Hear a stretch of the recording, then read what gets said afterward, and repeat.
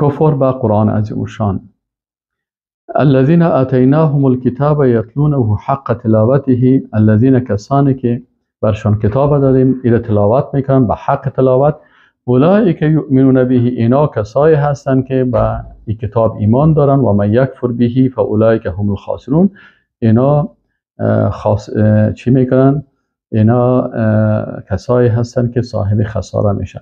خب بعد از الله متعال خطاب میکنه بعد از آیت 121 با آیت 122 خاتمه عیب‌های آنان با بیان نعمت‌ها، فضائل و ترساندن از عاقبت این همه اسباب کفر.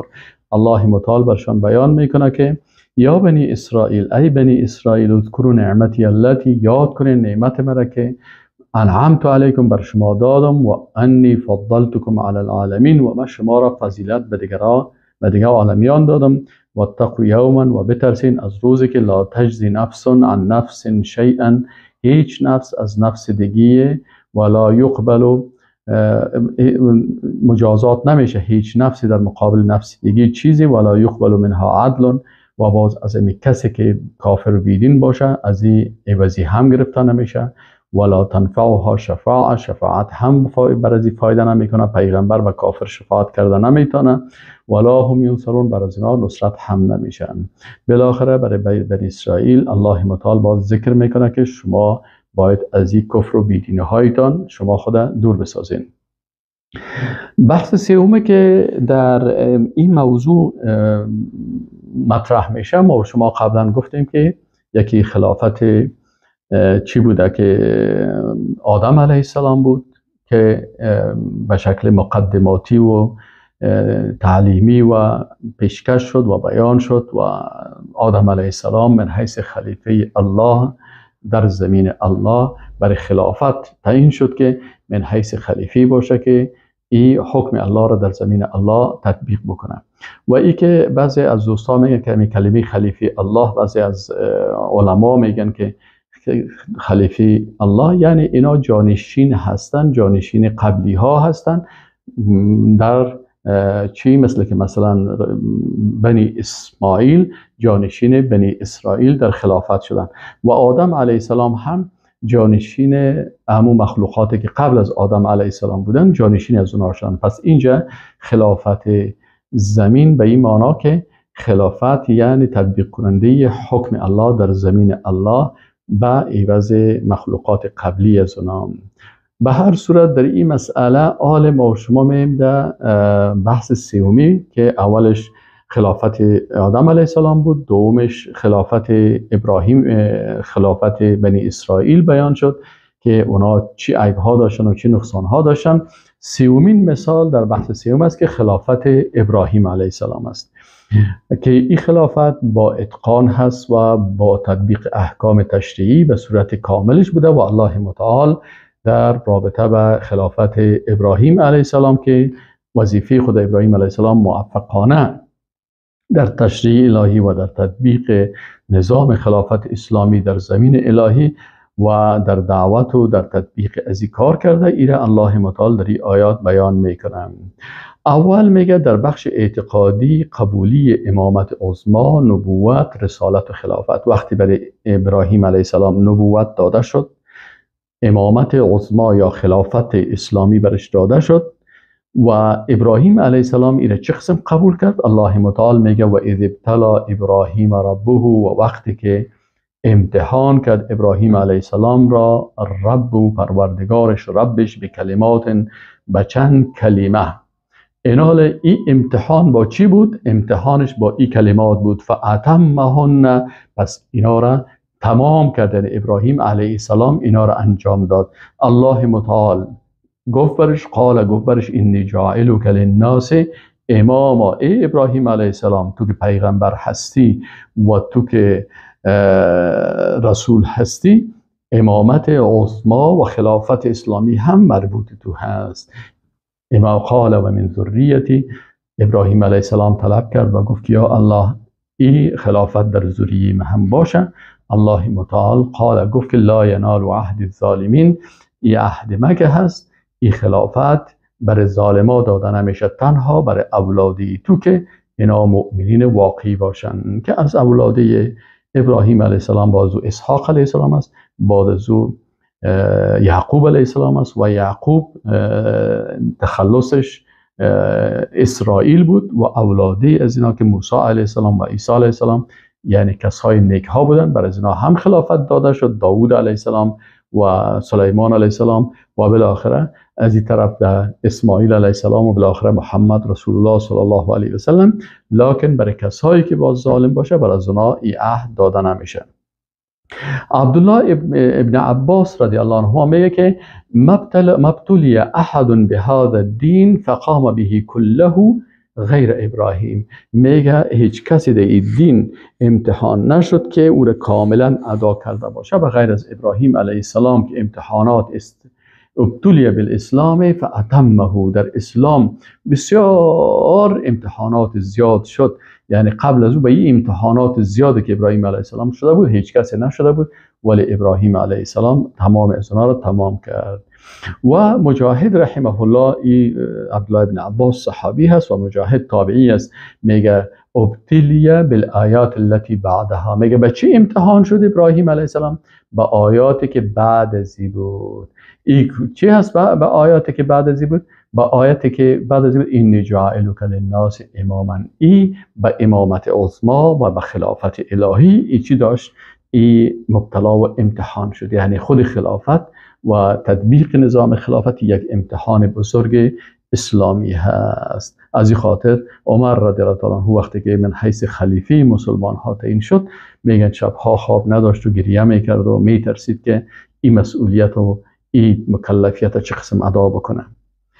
خب و به این قسم دیگه در ادای مکلفیت ها، دوم در ادای مکلفیت ها و تعهدات الله سبحانه و تعالی می فرماید که و اذ جعلنا البیت مثابة للناس و امنا، و وقتی که ما گردانیدیم بیت الله شریف مثابه یعنی جای برای الناس، برای مردم، مأوای برای مردم، و امنا و جای امن، و اتخذوا من مقام ابراهیم مصلا، و شما بگیرین از مقام ابراهیم علیه السلام برای نماز، یعنی جای در مقام ابراهیم علیه السلام اونجا نماز بخواین. و عهدنا الی ابراهیم و اسماعیل، و میگه ما عهد کردیم به ابراهیم و اسماعیل ان طهر بیتی للطائفین، که شما پاک بکنین خانه مرا برای طواف کننده ها و عاکفین، برای اعتکاف کننده ها و رکع سجود و بر رکوع سجود کنندگان. اینجا بیتی یعنی بیت الله، الله متعال این بیت به طرف خود نسبت داده. آیا الله به خانه نیاز داره؟ به خانه نیاز نداره. پس این خانه را به خود چرا نسبت داد؟ این اضافت تشریفی میگن. در عقیده اضافت تشریفی هست، یعنی الله متعال وقتی که یک مخلوق عزت و کرامت میده، شرف میده، او را به طرف خود نسبت میده. مثل که رسول الله یعنی فرستاده یعنی رسول یک مخلوق است، لکن مخلوق مشرف و معزز. عبدالله رسول الله صلی الله علیه و سلم در معراج میگه سبحان الذی اسری بعبده، و به این شکل وقتی که میگه که روح الله یا نفخت فیه من روحی، در انسان روح است، روح مخلوق است، لکن الله روح انسان ها را مخلوق معزز و مشرف قرار دادن. و اینجا میگه که بیتی یعنی این خانه‌ای که مخلوق است، لکن چون در روی عبادت الله میشه معزز و مشرف است. خب در بخش امنیت و اقتصادیان ابراهیم علیه السلام هم در نگاه اعتقادی وقتی که خلافت امامت عظمی و خلافت برش داده شد، رسالت و نبوت برش داده شد، او را کاملا ادا کرد، تبلیغ کرد، پیش نمرود و پیش مثلا شداد و پیش مشکلاتی که حتی در آتش انداخته شد در مسائل اعتقادی، در او هم در دعوت و در تطبیقش هم که بالاخره باز هجرت میکنه و بالاخره میره به فلسطین و بالاخره فرزند خدا و خانم خدا میره در مکه مکرمه. این احکام الله که تطبیق میشه، کل از اینا ابراهیم علیه السلام هم در مسائل اعتقادی و هم در مسائل و مکلفیت‌ها و تعهداتی که بر از او الله داده بود. همین قسم در بخش امنیت و اقتصاد، و اذ قال ابراهیم رب اجعل هذا بلدا آمنا، یا الله این شهری را که من حیث مکان عبادت تو تعیین شده، این جای امن بگردان. وارزق اهله من الثمرات، بر اهل از میوه ها و ثمرات، من کسانی را که آمن منهم بالله و الیوم الاخر، ایمان به الله روز آخرت دارند. قال و من کفر، الله متعال گفت هر کسی که کافر شود فامتعه قلیلا، بر از یک متاع قلیل میتم، ثم اضطره الى عذاب النار و بئس المصیر، باز او را مضطر و مجبور میسازم به عذاب آتش و بسیار بد جایگاه هست دوزخ. به همین قسم ابراهیم علیه السلام در بخش تطبیقی خدمات فیزیکی و خدمات بسیار عالی ساختمانی هم کرده هست که برش وقت مکلفیت داده شد که کعبه شریفه را آباد بسازه. ابراهیم علیه السلام مکلفیت و وظیفه خود درست انجام داد. و اذ یرفع ابراهیم القواعد من البیت و اسماعیل، هنگامی که بلند کرد ابراهیم علیه السلام قواعد این خانه را و اسماعیل علیه السلام، ربنا تقبل منا انک انت السمیع العلیم، ای رب ما قبول بکن از ما، یقینا که تو سمیع و حلیم هستی. پنجم در بخش عبادات هم ابراهیم علیه السلام امی روابط معنوی با خالق حفظ کرد.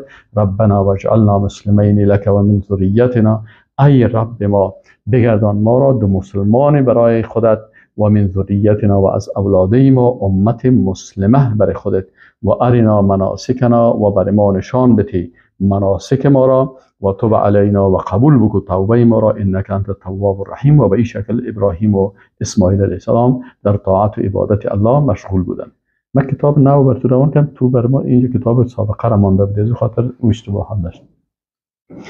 در بخش تعلیم و تربیه امت و محبت خیر با دعای استمرار رسالت و خلافت الله، یعنی ابراهیم علیه السلام هم در بخش تعلیم و تربیه زحمت کشی کرد و هم دعای استمرار رسالت و خلافت برای ذریه خود دعا کرد. ربنا وابعث فیهم رسولا، یا الله در بین از اینا رسول پیغمبر بفرستاد که یتلو علیهم، که تلاوت بکنه بالایشان آیاتی که، و یعلمهم الکتاب و الحکمه، و بر از اینا تعلیم بده کتاب و حکمت را، و یزکیهم، و اینا را پاک بسازه.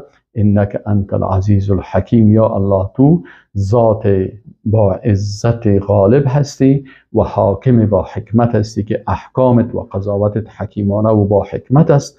ایره ابراهیم علیه السلام بیان داشت. و امی رسول الله صلی الله علیه و سلم چی است؟ امو مصداق امی دعای ابراهیم علیه السلام است که الله متعال رسول الله صلی الله علیه و سلم نازل کرد. نتایج تطبیق رسالت و خلافت الهی توسط ابراهیم علیه السلام، وقتی که ابراهیم علیه السلام این رسالت و خلافت تطبیق کرد، نتیجه ازی چی شد؟ اول نتیجه که واقعا ابراهیم علیه السلام از دیدگاه اعتقادی، از دیدگاه تطبیق تمامی نظام های الله، اگر نظام سیاسی بود تطبیق کرد، نظام اقتصادی رو تطبیق کرد، نظام اخلاقی رو تطبیق کرد، هجرت، جهاد، همه آنچه که برش گفته شده بود در هر راسته این زحمت کشی خدا ابراهیم علیه السلام کرده است. از این خاطر وقت ای از امتحان خود کامیاب بدرمه به این نتیجه ها میرسه. اول نتیجه چی است؟ حصول مقام عالی نبوت در دنیا و صلاح در آخرت. الله متعال میگه که و من یرغب عن ملت ابراهیم الا من سفه نفسه، هر کسی که از ملت و دین ابراهیم علیه السلام دوری میکنه، این نفس خود در جهالت انداخته. و لقد اصطفیناه فی الدنیا، ما او را برگزیدیم در دنیا. و چی؟ به منصب نبوت و خلافت زمین. و انه فی الاخرة لمن الصالحین، و در آخرت از جمله صالحان است. دوم، شهادت الهی به انقیاد و تسلیمی حقیقی ابراهیم علیه السلام، که الله متعال شهادت میده که ابراهیم علیه السلام واقعا تسلیم احکام الهی بود. یعنی ابراهیم علیه السلام، یکی از جهاد بزرگ ابراهیم علیه السلام چی بود؟ که رفت تمام مجسمه های کفار، هنوز جوان بود و سنش هنوز در سن نوجوانی، رفت تمام بت‌های از اینا را شکستاند و از بین برد و بالاخره حتی در آتش ایره انداختن و در مقابل کل از کافرها همونطور ثابت قدم در مقابل پدرش و خانوادهش و هر کسی که بودن و دیگر پادشاه ها و قدرتمندای سیاسی در مقابل کل از اینا من حیث یک انسان دعوتگر مجاهد قرار گرفت. اینال ابراهیم علیه السلام این مقام ها را ولقد اصطفیناه فی الدنیا، یقینا که ما این اختیار کردیم در دنیا، و انه فی الاخرة لمن الصالحین، در آخرت از جمله صالحین هست که مستحق جنت الله هست. دوم، شهادت الهی به انقیاد و تسلیمی حقیقی ابراهیم علیه السلام.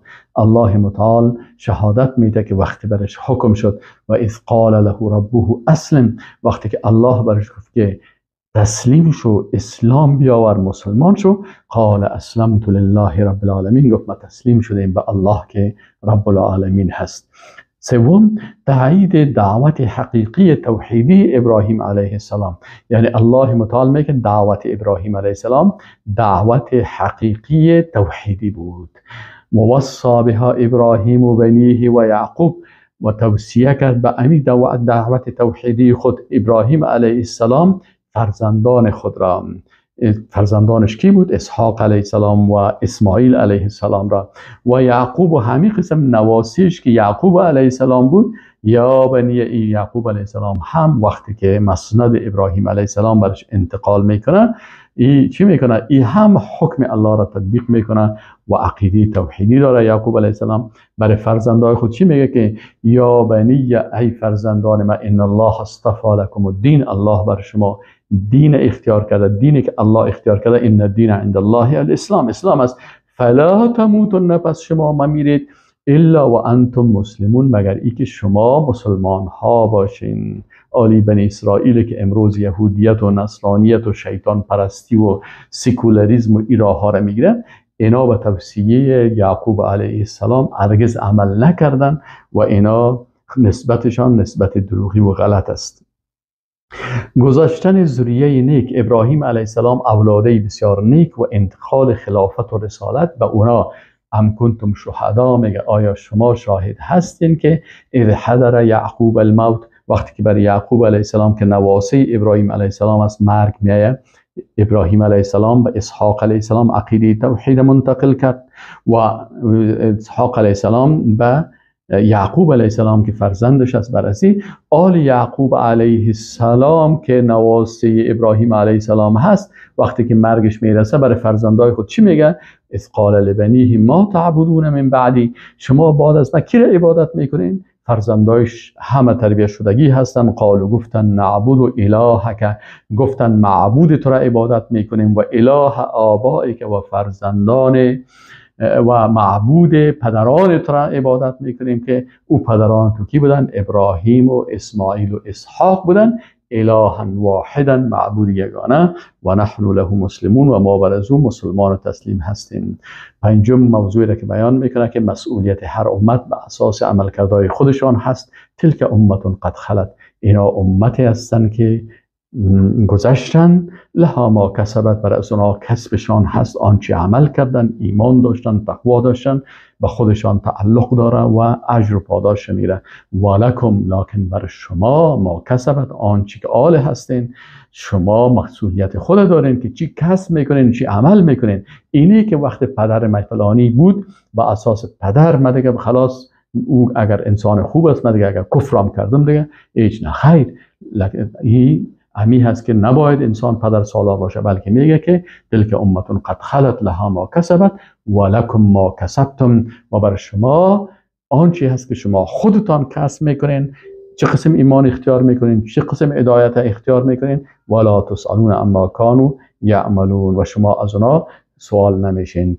تایید ملت توحیدی حنیف و پاک از شرک ابراهیم علیه السلام. الله متعال میگه که ابراهیم علیه السلام با امی صفات عالی که داشت، ملت عظیم، دین عظیم، دین توحیدی خالی از شرک بود. این تهمت هایی که یهود و نصارا میکنن، الله میگه که ابراهیم علیه السلام ازی بیزار هست و ازی پاک بدی هست. و قالوا اینا گفتن بنی اسرائیل کونوا هودا او نصارا تهتدون، شما یهودی شوین یا نصرانی شوین، شما باز هدایت پیدا میکنین.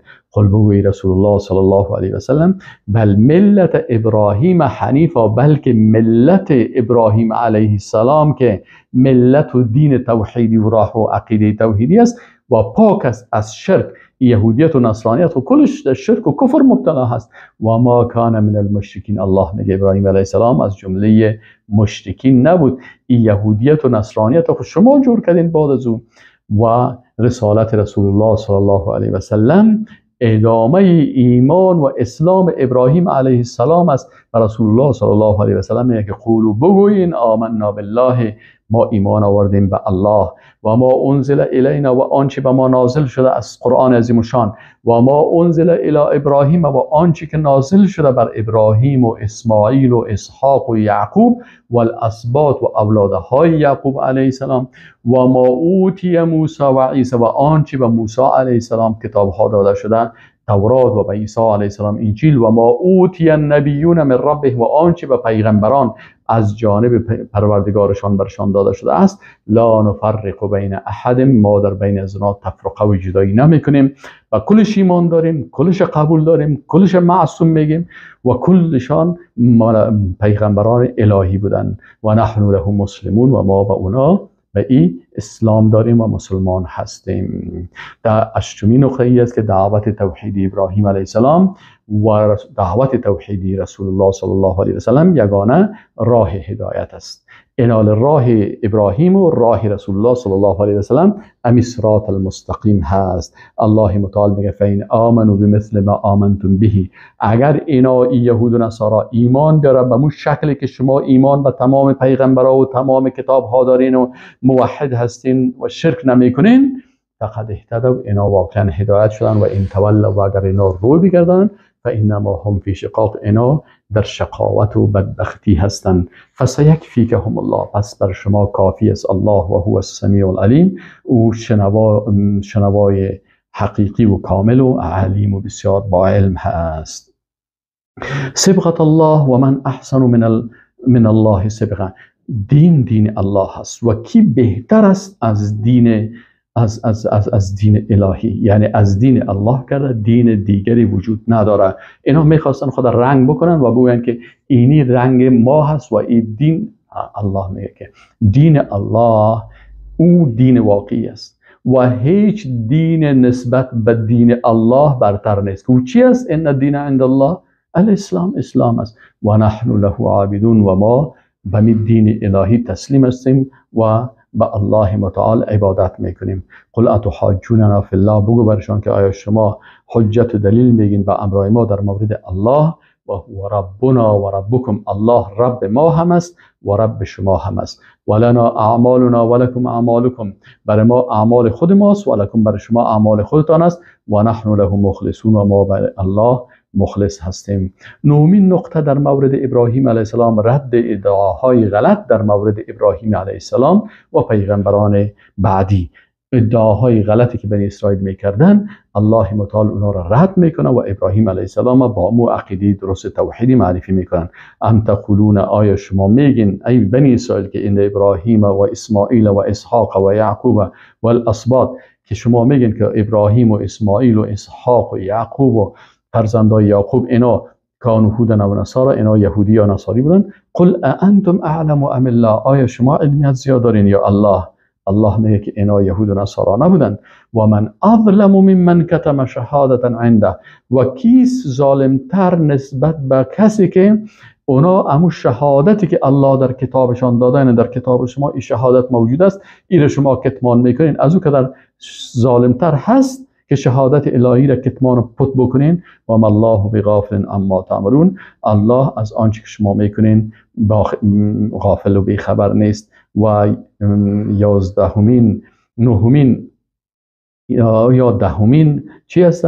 10مین نقطه ای است که بیان دوباره ای که مسئولیت هر امت به اساس عملکردهای خودشان است، که مسئولیت هر امت برای خودش تعلق میگیره. الله متعال میگه تلک امتون قد خلت، اینا امتی هستند که گذشتن، لها ما کسبت، بر از اونا نتیجه اعمال خودشان داده میشن، ولکم، و برای شما نتیجه اعمال خودتان داده میشن. ولا تسالون عما کانوا یعملون، و شما سوال نمیشین از آن چیزی که اونا عمل میکردن. و السلام علیکم و رحمت الله و برکاته.